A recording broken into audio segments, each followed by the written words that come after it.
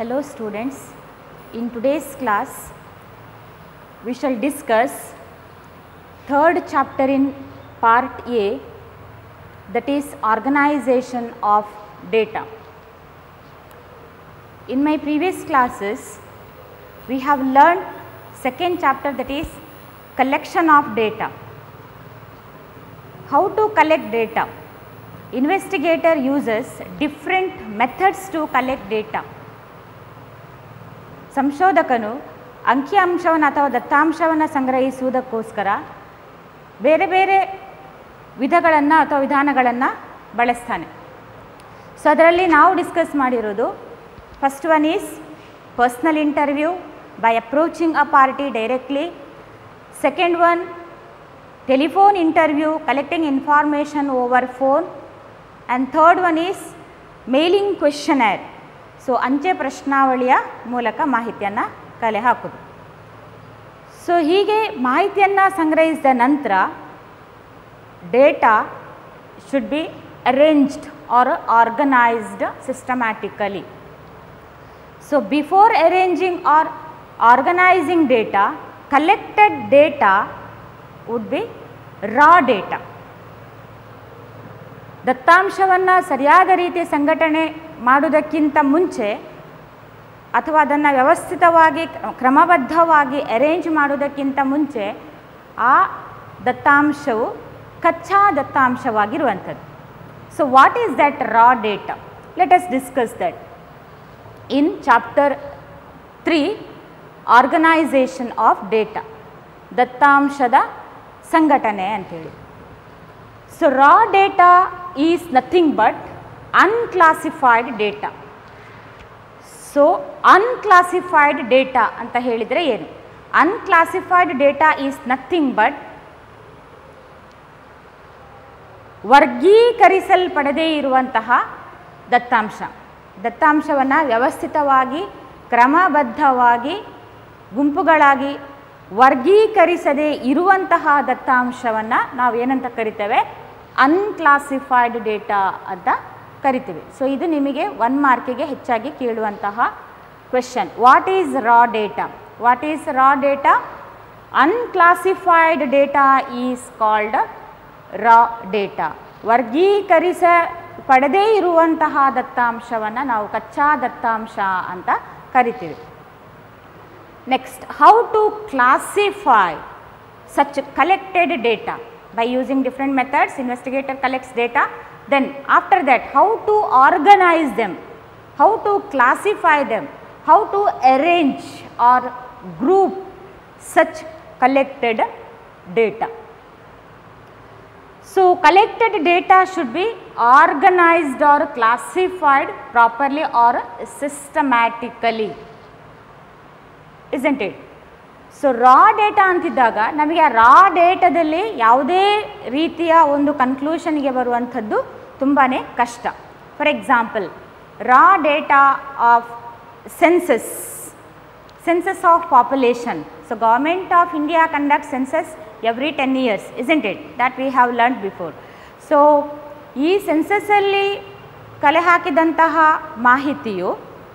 ಮಾಹಿತಿಯನ್ನು ಅಥವಾ ಪಾಪ್ಯುಲೇಷನ್ಗೆ ಸಂಬಂಧಪಟ್ಟ ಮಾಹಿತಿಯನ್ನು ಸೆನ್ಸಸ್ ಮೂಲಕ, ಸೆನ್ಸಸ್ ಅಂದ್ರೇನು? Collection of data from each and every unit of the universe or population, isn't it? So it is very difficult to draw meaningful conclusion from raw data of census of a population. If it is classified or organized or arranged systematically, then it is very easy to understand about the structure and nature of a population. So that can be very easily understood once it is properly organized or classified. About that we are going to discuss in this chapter, how to organize data. So it comes under classification of data. So before classification, data would be raw data, unclassified. So how to classify them? what is that classification of data? So, classification of data is nothing but arranging or organizing data into classes or groups. ಸಂಗ್ರಹಿಸಿದ ದತ್ತಾಂಶವನ್ನು ಕ್ರಮಬದ್ಧವಾಗಿ ಸಂಘಟಿಸುವುದು ಅಥವಾ ಅವುಗಳನ್ನು ಗುಂಪುಗಳಾಗಿ ವರ್ಗೀಕರಿಸುವುದಕ್ಕೆ ನಾವೇನಂತ ಕರಿತೇವೆ? ದತ್ತಾಂಶಗಳ ವರ್ಗೀಕರಣ ಅಥವಾ we can call it as classification of data. So, what is classification of data or grouping data, organizing data? Arranging data into classes or groups. Arranging data into classes or groups is called classification of data. So, what are the types or classification of data? So, there are 4 classification of data. They are, first one is chronological classification, ಕಾಲಾನುಕ್ರಮ ವರ್ಗೀಕರಣ, and second one is spatial classification, ಭೌಗೋಳಿಕ ಸ್ಥಾನಾನುಸಾರ ದತ್ತಾಂಶದ ವರ್ಗೀಕರಣ. ಇನ್ನೊಂದು quantitative classification, ಪರಿಮಾಣಾತ್ಮಕ ವರ್ಗೀಕರಣ, and fourth one is qualitative classification, ದತ್ತಾಂಶಗಳ ಗುಣಾತ್ಮಕ ವರ್ಗೀಕರಣ. So, in this way data can be classified. Chronological classification, spatial classification, then quantitative classification, another one qualitative classification. And this concept is very important for 4 as well as 1 and 2 marks. Let us discuss one by one. What is this chronological classification? ಕಾಲಾನುಕ್ರಮ ದತ್ತಾಂಶದ ವರ್ಗೀಕರಣ ಅಂತ ಹೇಳಿದರೆ ಏನು? Classification of data on the basis of time. What is that? Classification of data on the basis of time is called chronological classification. How? On the basis of years, on the basis of months, weeks, etc. So, ಈ ರೀತಿ ನಾವು ವರ್ಷಗಳಿಗೆ ಅಥವಾ ತಿಂಗಳಿಗೆ ಅಥವಾ ವಾರಗಳಿಗೆ ಅನುಗುಣವಾಗಿ ಸಂಗ್ರಹಿಸಿದ ದತ್ತಾಂಶವನ್ನು ಕಾಲಾನುಕ್ರಮ ವರ್ಗೀಕರಿಸುವುದಕ್ಕೆ ಏನಂತ ಕರೀತಾರೆ? ಕ್ರೊನೊಲಾಜಿಕಲ್ ಕ್ಲಾಸಿಫಿಕೇಶನ್ ಅಂತ ಕರೆಯುವಂಥದ್ದು. So, what is this chronological classification? Classification on the basis of time, ಕಾಲಕ್ಕನುಗುಣವಾಗಿ ಕಾಲದ ಆಧಾರದ ಮೇಲೆ ದತ್ತಾಂಶವನ್ನು ವರ್ಗೀಕರಣ ಮಾಡುವುದಕ್ಕೆ ಕ್ರೊನೊಲಾಜಿಕಲ್ ಕ್ಲಾಸಿಫಿಕೇಶನ್ ಅಂತ ಕರಿತೇವೆ. So, it includes time series data. It includes what? Time series data. So, what is this time series data? So, time series data is nothing but depicting or arranging data for different years. So, ಕಾಲದ ಆಧಾರದ ಮೇಲೆ ದತ್ತಾಂಶವನ್ನು arrange ಮಾಡುವುದಕ್ಕೆ ಅಥವಾ ಅದನ್ನು ವ್ಯವಸ್ಥಿತಗೊಳಿಸುವುದಕ್ಕೆ ನಾವು ಕಾಲ ಶ್ರೇಣಿಯ ದತ್ತಾಂಶ or time series data. So, depicting or arranging data for different years, ವಿವಿಧ ಕಾಲಕ್ಕೆ ಡೇಟಾವನ್ನು ನಾವು ವರ್ಗೀಕರಣ ಮಾಡುವಂಥದ್ದು. So, here I have given one example. So, it explains years and population in crores. ವರ್ಷಗಳು, ವಿವಿಧ ಜನಗಣತಿಯ ವರ್ಷಗಳು, ಮತ್ತೊಂದು ಜನಸಂಖ್ಯೆ ಕೋಟಿಗಳಲ್ಲಿ ನಾನು ಇಲ್ಲಿ ಬರೆದಿದ್ದೇನೆ. So, in 1951, according to census report 1951, total population of India was 35.5 crore. Then census report 1961 tells that total population was 43.8. Like that, different census report give population data in crores. When we come to 1991 census report, the total population of India was 81.8 crore. So, it has increased in 2001 to 102.8 crore. Again in 2011, total population of India was 112 crore.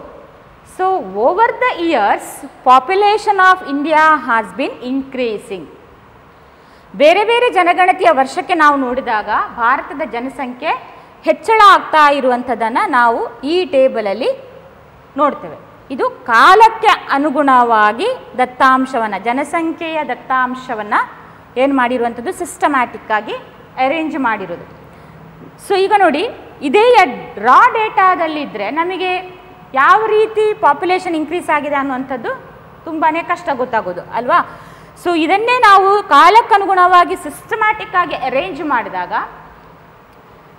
So ಅದನ್ನು observe ಮಾಡಿದ ಕೂಡಲೇ in India over the years population has been increasing. So ಇದು ನಮಗೆ clear ಆಗಿ ಗೊತ್ತಾಗುತ್ತೆ. So ಈ ಇಂಟೆನ್ಷನ್ಗೋಸ್ಕರ ನಾವು ಯಾವುದನ್ನು ದತ್ತಾಂಶವನ್ನು ಏನು ಮಾಡಬೇಕು, ಆರ್ಗನೈಸ್ ಮಾಡಬೇಕಾಗುವಂಥದ್ದು. So that's about chronological classification. Next comes spatial classification. What is this spatial, not special, spatial classification? Classification of data on the basis of geographical areas. If data are classified on the basis of geographical areas or locations, then that is called spatial classification. How? Example ಇದಕ್ಕೆ countries, states, districts, cities. So ಹೀಗೆ ನಾವು ಬೇರೆ ಬೇರೆ ಭೌಗೋಳಿಕ ಪ್ರದೇಶಕ್ಕೆ ಅನುಗುಣವಾಗಿ ದತ್ತಾಂಶವನ್ನು ವರ್ಗೀಕರಣ ಮಾಡಿದರೆ ಅದನ್ನು ಏನಂತ ಕರಿತೀವಿ, ಸ್ಪೇಷಿಯಲ್ ಕ್ಲಾಸಿಫಿಕೇಷನ್, ಭೌಗೋಳಿಕ ವರ್ಗೀಕರಣ ಅಂತ ಕರಿತೇವೆ. ಸೊ ಇಲ್ಲಿ ನಾವು ಫಾರ್ ಎಕ್ಸಾಂಪಲ್ ಈಗಿನ ಕೇಸ್ ನೋಡುವಾಗ corona cases in different districts are different countries are different States ಅಂತ ನಾವು ಆ ವಿಷಯದ ಮೇಲೆ ದತ್ತಾಂಶವನ್ನು ಸಂಗ್ರಹಿಸಲಿಕ್ಕೆ ಹೋದಾಗ ಅದನ್ನು ಕಂಟ್ರೀಸ್ ಅಥವಾ ಸ್ಟೇಟ್ಸ್ ಅಥವಾ ಡಿಸ್ಟ್ರಿಕ್ಟಿಗೆ ಅನುಗುಣವಾಗಿ ಅರೇಂಜ್ ಮಾಡಿದರೆ that is called spatial classification. What is that? Classification of data on the basis of geographical areas or locations. Next, third one is quantitative classification. So what is this quantitative classification? Classification of data on the basis of quantity.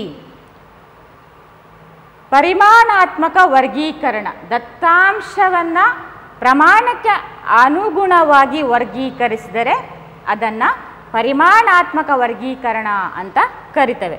ಹೇಗೆ? ಪ್ರಮಾಣ, height ಅಥವಾ weight, income.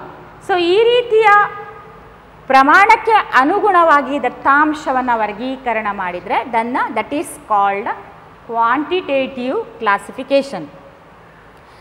See here I have written one table and this table explains marks scored by 50 students in economics exam.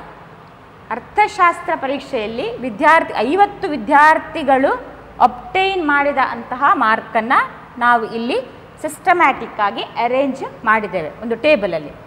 So this one shows marks, this column shows frequency.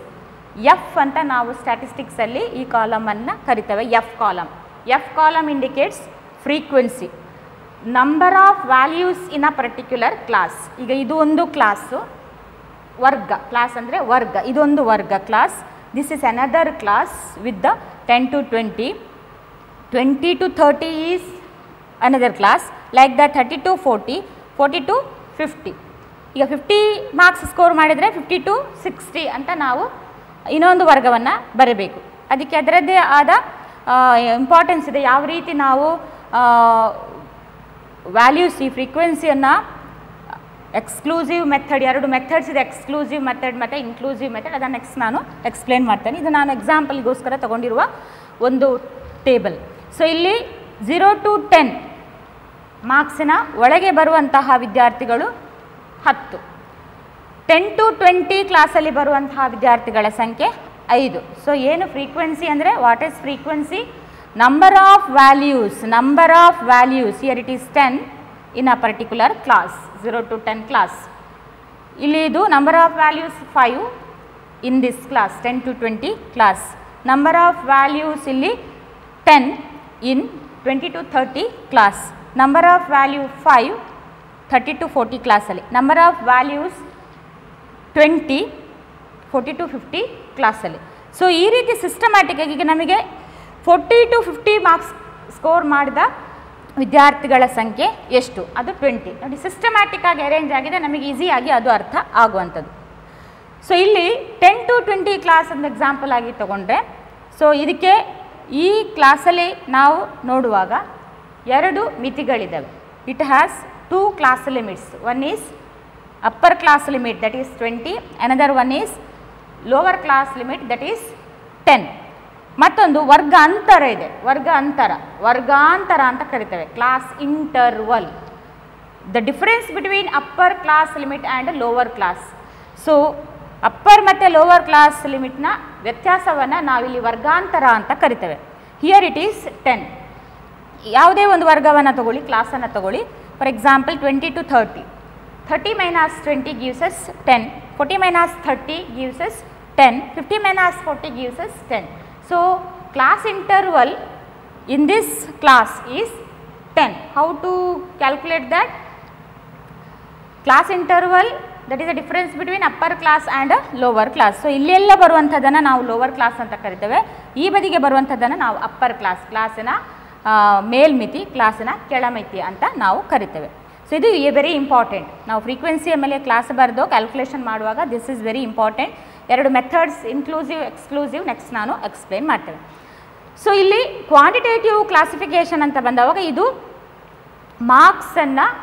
Marks ಎಷ್ಟು score ಮಾಡಿದ್ದಾರೆ 50 students economics ಎಕ್ಸಾಮಲ್ಲಿ, ಇದು ಕ್ವಾಂಟಿಟಿಯನ್ನು ಹೇಳುವಂಥದ್ದು. So ಆದ ಕಾರಣ quantitative classification is nothing but classification of data on the basis of quantity by taking into account height, weight, income, cost, expenditure. ಹೀಗೆ ಬೇರೆ ಬೇರೆ ನಾವು ವೇರಿಯೇಬಲ್ಸನ್ನು ತಗೊಳ್ಬೋದು ಕ್ವಾಂಟಿಟೇಟಿವ್ ಕ್ಲಾಸಿಫಿಕೇಷನ್ ಮಾಡೋದಕ್ಕೆ. That is third important classification or type.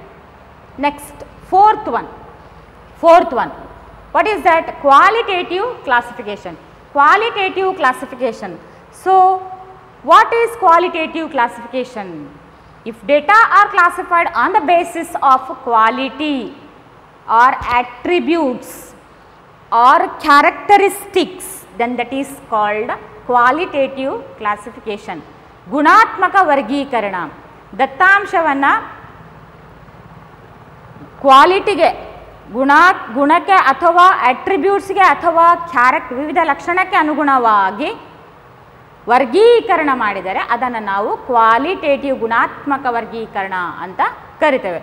So ಆ ರೀತಿ ವರ್ಗೀಕರಣ ಮಾಡುವಾಗ ನಾವು ಇಂಪಾರ್ಟೆನ್ಸ್ ಕೊಡುವಂಥದ್ದು, ಎಕ್ಸಾಂಪಲ್ ಆಗಿ ತಗೊಳ್ಳೋದಿದ್ದರೆ nationality, religion, gender, then literacy, marital status, etcetera. So all these are examples for qualitative classification and I have written here on the basis of what is that quality or attribute. Population is grouped as male and female by giving importance to gender. Male and female. So male again grouped into married and unmarried by considering marital status. Married, unmarried. Here also female, again married and unmarried. Suppose we are going to classify data on the basis of quality or attributes, then it is called as a qualitative classification, like this. Okay. So these 4 are the different classification or types of data. I repeat, first one is chronological classification, second one is spatial classification, third one is quantitative classification, fourth one is qualitative classification. So chronological means classification of data on the basis of time. Next, spatial classification means classification of data on the basis of geographical areas or location. Then Quantitative classification means classification of data on the basis of quantity, and qualitative classification means classification of data on the basis of quality or attributes or characteristics.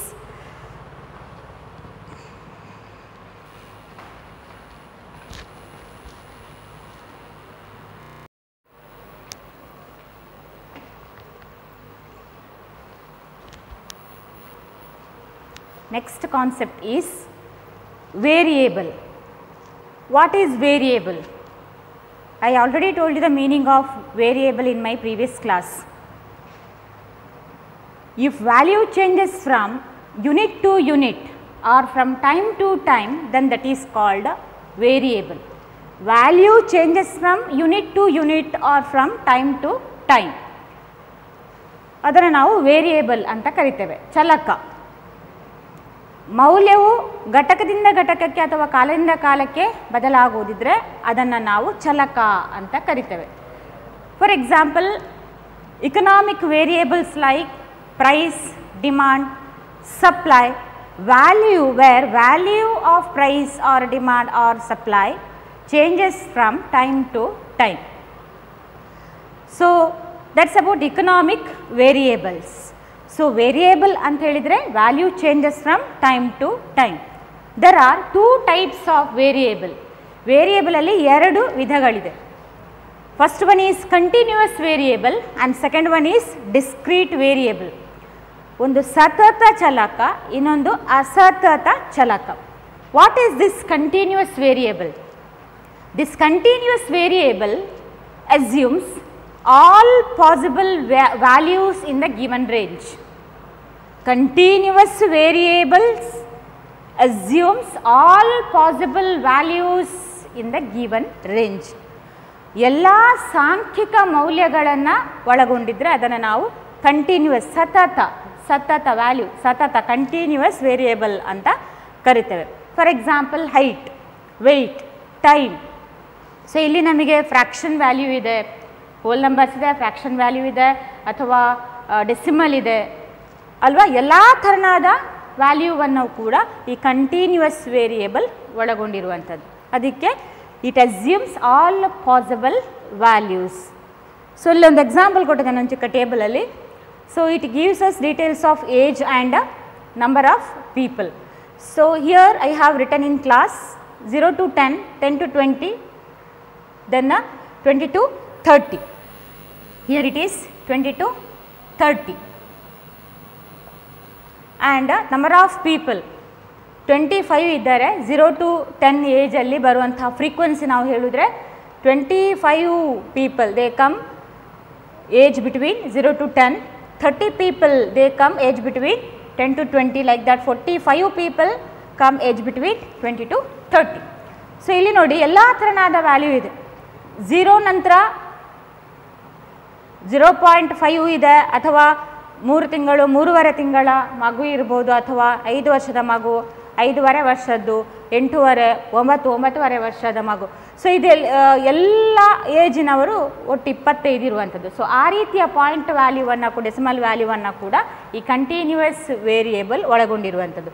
So ಇಲ್ಲಿ ಕೂಡ 10 ರಿಂದ 20 ವಯಸ್ಸಿನ ಜನರು 30 ಇದ್ದಾರೆ ಅಂತಿದ್ರೆ ಅಲ್ಲಿ 10 ವರ್ಷ 4 ತಿಂಗಳಿರ್ಬೋದು 10.4, ಅಥವಾ 15 ವರ್ಷ 7 ತಿಂಗಳಿರ್ಬೋದು 15.7. ಸೊ ಎಲ್ಲ 0.7. ಸೊ ಈ ರೀತಿಯ ವ್ಯಾಲ್ಯೂ, ಎಲ್ಲ ಟೈಪ್ ಆಫ್ ವ್ಯಾಲ್ಯೂವನ್ನು ಒಳಗೊಂಡಿರುವಂಥದ್ದಕ್ಕೆ ನಾವು ಕಂಟಿನ್ಯೂಯಸ್ ವೇರಿಯೇಬಲ್ ಅಂತ ಕರಿತೇವೆ. So next one is discrete variable, ಅಸತತ ಚಲಕ ಅಂತೇಳಿದರೆ discrete variable.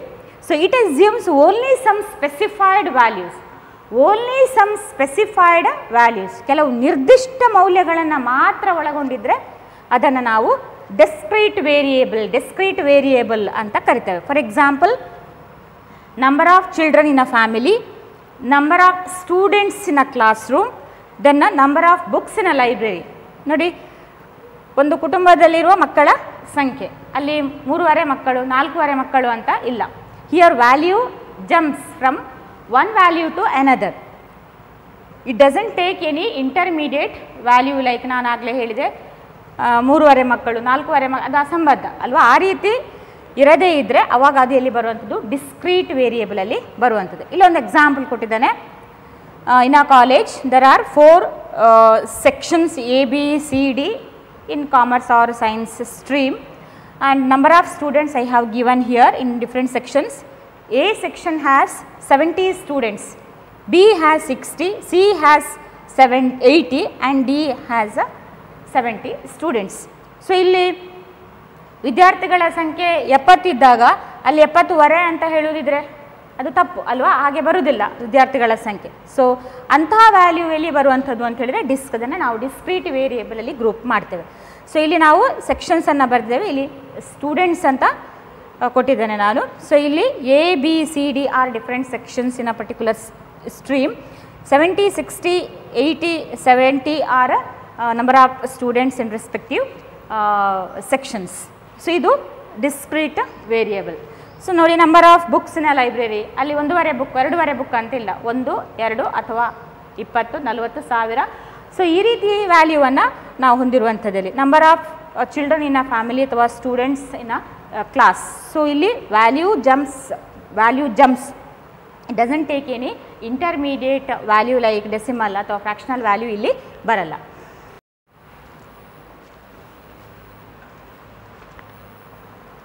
Next, what are the differences between continuous and a discrete variable?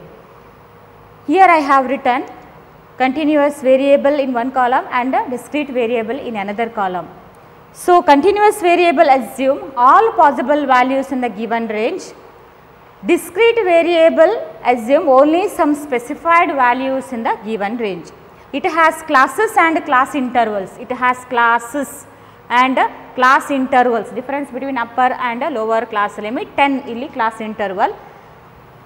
So in discrete variable there is no classes and class intervals. It has fractional value. Continuous variable has fractional value. ಭಿನ್ನರಾಶಿ ಆ ರೀತಿಯ values ಇಲ್ಲಿ ಬರುವಂಥದ್ದು, decimal value ಬರುವಂಥದ್ದು. There is no such values, fractional values in a discrete variable. So to give example here we can give height, weight, time, length etc. ಈ ಎಲ್ಲ ವೇರಿಯೇಬಲ್ಸಲ್ಲಿ ನಾವು decimal fractional value ಬರುವಂಥದ್ದನ್ನು ನೋಡ್ಬೋದು. But here there is no such value if we go with number of children in a family, number of books in a library like that. It assumes only some specified value.